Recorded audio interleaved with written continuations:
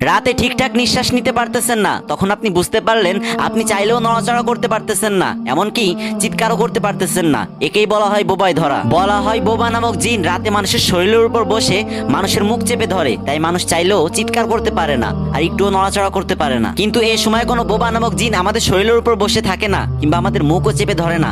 এটা একটা কুসংস্কার। চিকিৎসা বিজ্ঞানের মতে এটাকে বলা হয় স্লিপিং প্যারালাইসিস। স্লিপিং প্যারালাইসিস অথবা বোবায় ধরা প্রধানত কয়েকটি কারণে হয়ে থাকে। নাম্বার 1 এবং প্রধান কারণ হচ্ছে বেশি দুশ্চিন্তা করা। যারা বেশি দুশ্চিন্তা করে তাদের এই স্লিপিং প্যারালাইসিস অথবা বোবায় ধরে থাকে, তাই আমাদের এই দুশ্চিন্তা থেকে বেঁচে থাকা উচিত। নাম্বার 2, চিত হয়ে ঘুমানো।